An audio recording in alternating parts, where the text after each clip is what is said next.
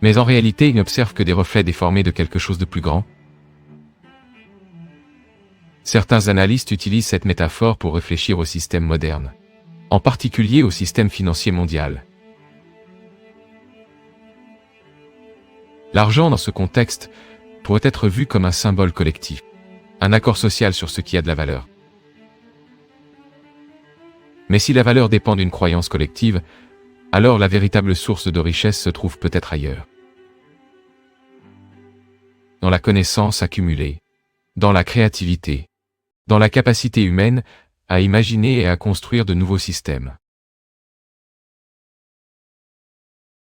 L'influence sociale, la réputation, les communautés formées au fil du temps. Ces éléments peuvent survivre même lorsque les structures économiques changeant.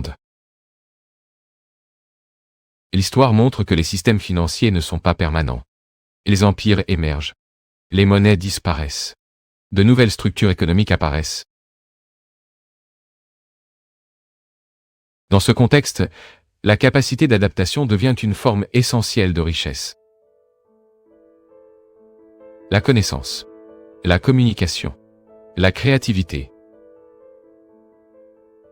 Ces compétences permettent aux individus de se réinventer dans des contextes complètement différents.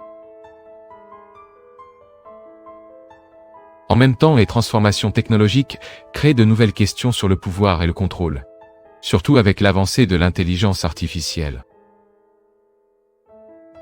Certains analystes suggèrent que des systèmes de surveillance basés sur la technologie pourraient devenir des outils puissants d'organisation sociale.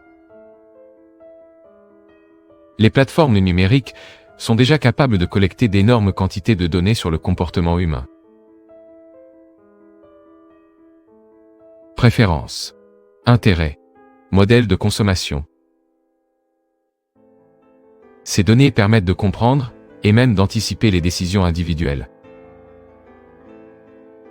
Dans un scénario hypothétique, des systèmes d'intelligence artificielle pourraient utiliser ces informations pour influencer les comportements à grande échelle.